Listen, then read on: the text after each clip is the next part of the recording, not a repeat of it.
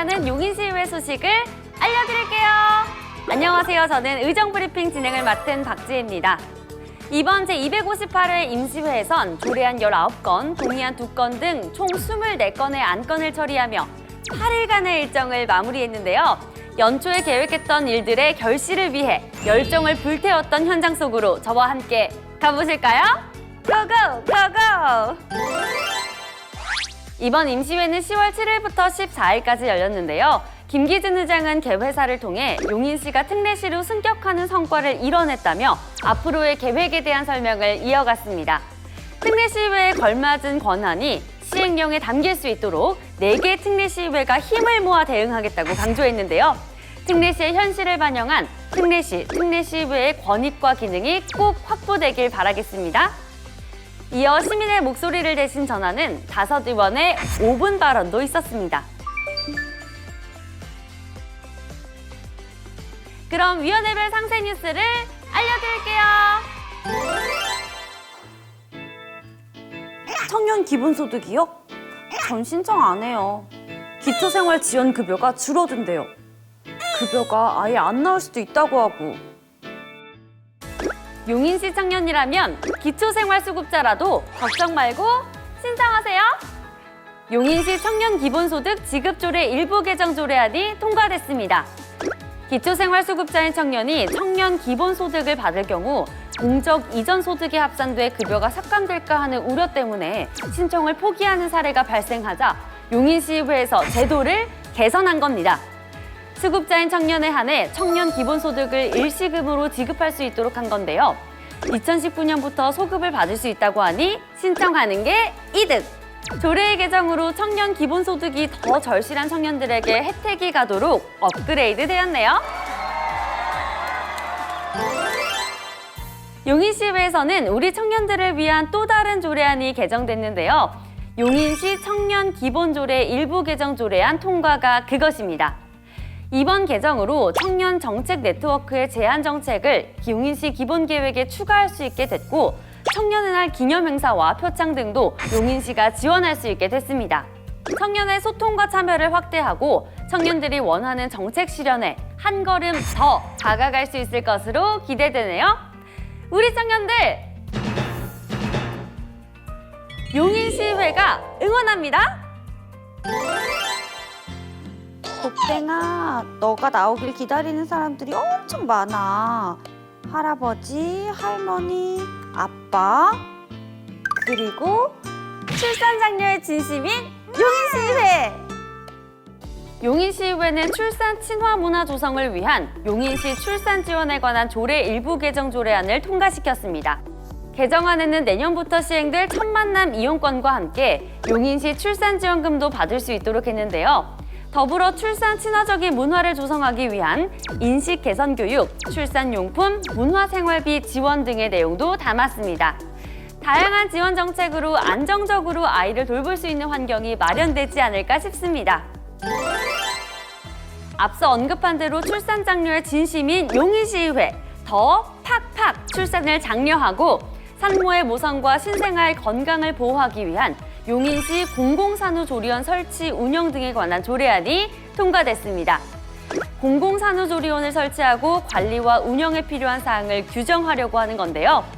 산모와 신생아에 대한 건강관리 서비스의 체계적 지원 등을 할 수 있는 공공산후조리원 설치 및 실태조사 실시, 공공산후조리원의 효율적 운영을 위해 필요한 경우 위탁 운영, 저소득 취약계층의 경우 산후조리 비용 50% 감면 등의 사항이 있습니다. 산후조리 비용이 만만치 않아 부담스러운데 얼마나 반가운 일인지 모르겠네요. 용인시 출산율에 순풍이 불 것 같습니다. 한 명 더 나올까? 뭐야? 멧돼지 때문에 내 농작물 다 죽었네. 이런 분들을 위한 용인시 야생동물에 의한 피해 보상 등에 관한 조례 일부 개정 조례안이 통과됐습니다. 용인시에는 야생동물로 인한 농작물 피해를 줄이기 위해 유해 야생동물 피해 방지단이 구성돼 있는데요. 이에 관련된 사항과 운영 규정을 정비한 겁니다.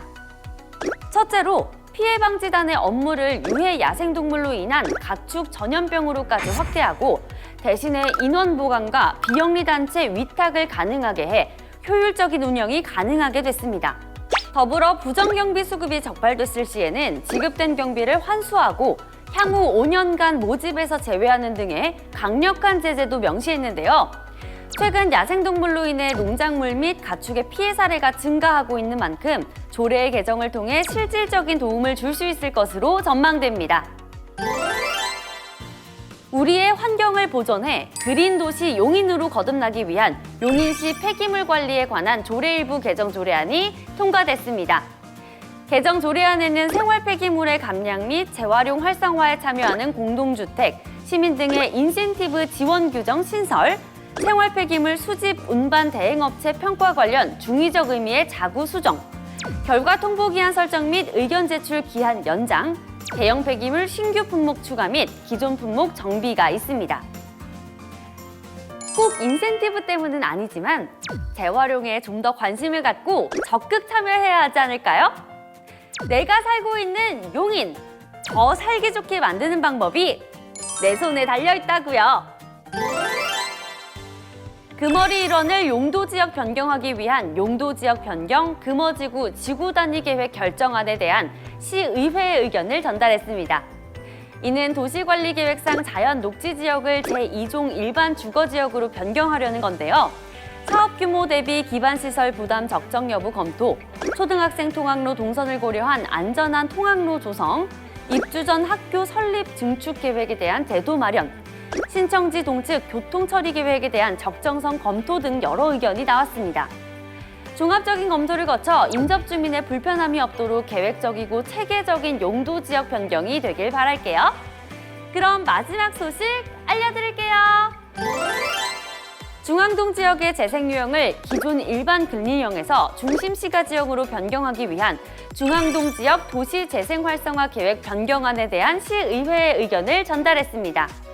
젊은 층의 유입을 위한 시설과 장소 조성 및 아이템 개발, 하수관거 추가 정비, 정화조 시설 정비 등 시설 개선 등의 필요성을 강조했고 주차장 확보와 불법 주정차 등 주차 문제를 해결해야 한다는 의견이 나왔습니다.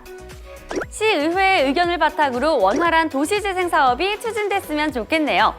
용인시의 중심 상권이 활성화돼 지역 경제가 되살아나길 희망합니다. 용인 시민의 목소리를 반영하고 삶의 질 향상을 위한 안건들이 나온 제258회 임시회였습니다.